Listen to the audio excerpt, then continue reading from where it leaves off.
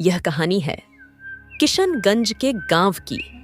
किशनगंज गांव के लोग आपस में बहुत ही मिलजुल कर रहा करते थे, लेकिन उन लोगों को कोई ना कोई परेशानी आती ही रहती थी, जैसे कि कोई किसी का सामान गुम हो जाना या किसी बात पर किसी से उलझ जाना।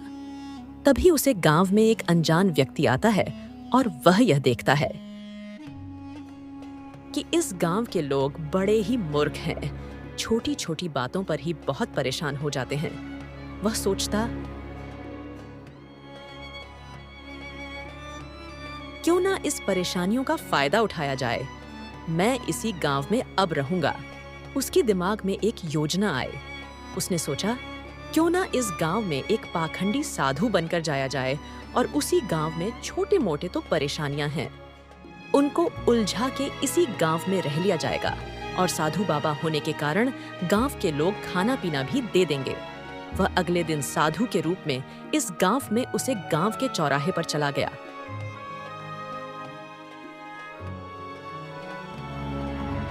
गांव के चौराहे पर जाते हैं, उनसे कुछ लोगों की मुलाकात हो गई।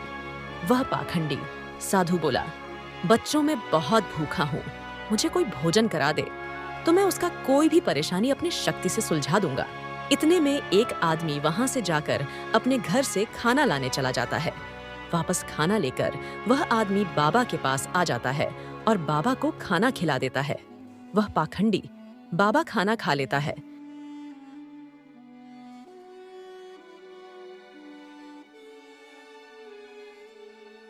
खाना खा लेने के बाद वह बोलते हैं, तुमने मेरी भूख मिठाई है, बोलो तुम्हारी परेशानी क्या है। खाना खिलाने वाला वह आदमी बोलता है कि बाबा, मेरे पास कोई भी काम नहीं है, मैं कुछ दिनों से खाली बैठा हूँ। कई जगहों पर मैं काम की तलाश की, मगर काम नहीं मिला। अगर आप अपनी शक्ति से कहीं काम दिला दो तो बताओ। उसके बाद वह बाबा बोलते हैं, देखो काम तो दिला दूंगा, मगर कोई भी परेशानी का सुझाव मैं एक दिन बाद ही देता हूँ, उसे तुरंत नहीं देता।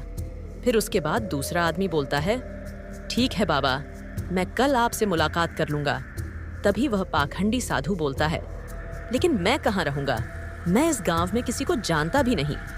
तभी दूसरा आदमी बोलता है, आप किसी को नहीं पहचानते, मगर मुझको तो पहचान लिए ना, मेरा नाम रमेश है और आप इस गांव के मंदिर में रह लीजिए, मैं आपसे कल मुलाकात करूंगा। आपके बताएं अनुसार अगले दिन चिड़ियों की आवाज के साथ रमेश उसे पाखंडी पंडित के पास अपने के गांव में मंदिर में पहुंचा। वहां पहुंचने के पहले वह पंडित फोन पर किसी से काम की बात कर चुका था और काम की बात कर लेने के पश्चात रमेश उसके पास जाता है और बोलता है, बाबा आपके बताएं अनुसार मैं एक दिन बाद आपके पास काम की तलाश के लिए आया हूँ। क्या आप अपनी शक्ति से पता लगा लिए कि मेरे के लिए काम कहाँ पर है? वह बाबा बोलते हैं, मैं तुम्हारे लिए काम की तलाश कर दी है। अपनी शक्तियों से तुम मेरे बताए हुए इस पत्ते पर चले जाओ, तुमको उसे ढाबे पर नौकरी मिल जाएगी। बाबा को प्रणाम कर कहता है, ठीक है बाबा, अब मैं वहीं पर जाता हूँ। वह रमेश सीधे वहां से निकालकर गांव से होते हुए उसे ढाबे तक पहुंच जाता है। दांव पर पहुंच के बाद ढाबे के मालिक से बात करता है, अरे भाई कोई काम है क्या? कोई भी काम हो मैं करने के लिए तैयार हूँ। फिर ढाबे का मालिक बोलता है, काम तो है, हमारे होटल में ज्यादातर यात्री उतरते हैं और खाना खाते हैं, तुमको खाना परोसने और उसे प्लेट को साफ करना काम है, कर सको तो कल से आ जाओ। फिर रमेश बोलता है, ठीक है भाई, ठीक है, मैं आ जाऊंगा, मैं कल से ही आ जाऊंगा, मेरे लिए सब काम चलेगा। रमेश बहुत ही खुश हो और अपने गांव वापस चला आता है। यह सारी बात सुनकर गांव वाले आश्चर्यचकित हो गए हैं।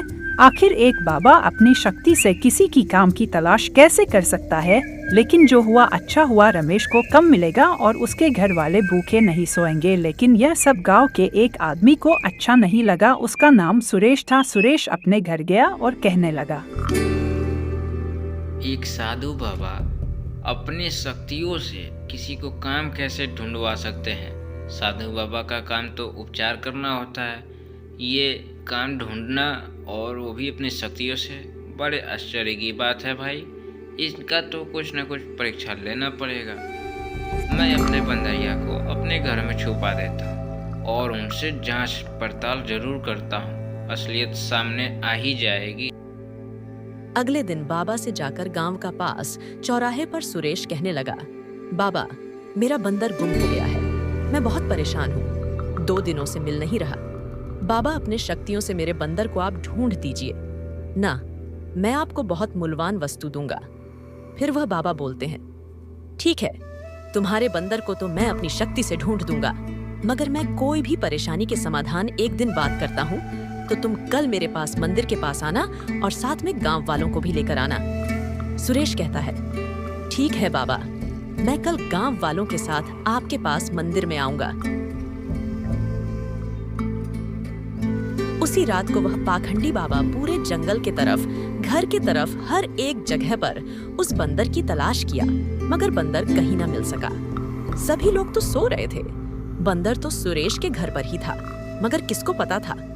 फिर वह पाखंडी साधु बाबा थक हार कर वापस अपने मंदिर के पास सुबह जाते हैं और बोलते हैं, अरे यह क्या हुआ, मैं तो कोई साधु हूँ नहीं, और एक काम तो मैं अपने एक मित्र से उसकी धुंधवा दिया। अब यह बंदर का क्या चक्कर है। अरे भगवान, कुछ मदद करो, नहीं तो मेरी पोल खुल जाएगी। यह सभी बातें मंदिर के पीछे छिपे सभी गांव वाले बहुत देर से सुन रहे थे, और बाबा के मुंह से यह बात सभी लोग सुनते ही आग बबूला हो गए और सभी सामने आ गए। वह बाबा बोलते हैं, अरे गांव वालों, आप लोग अच्छा सुरेश की बंदर की तलाश के लिए। अरे देखो, सुरेश तुम्हारा बंदर बहुत ही चंचल था। मैंने तो और ढूंढने के लिए गया था, मिल भी गया, मगर बड़े चंचलता के कारण वह एक डाली से दूसरे डाली पर चला जाता था। मैं उसे पकड़ न सका। अब इतना सारी पोल पंडित की एक मुंह से खोलने के बाद गांव वाले और सुरेश पूरे तरह से गुस्सा हो गए कि सचमुच यह पाखंडी बाबा है। सुरेश बोलने लगता है, अगर तू यहाँ से नहीं गया तो हम सभी गांव वाले तुझको बहुत मारेंगे। उसे साधु को अपनी अक्ल ठिकाने आ गई थी और साधु धूम दबाकर उसे गांव से भाग गया। गांव वालों को भी अब परेशानियां नहीं होती थी। वह अपनी परेशानियां खुद में खुद सुलझा लेते थे और किशनगंज अब परेशानियों से मुक्त हो चुका था।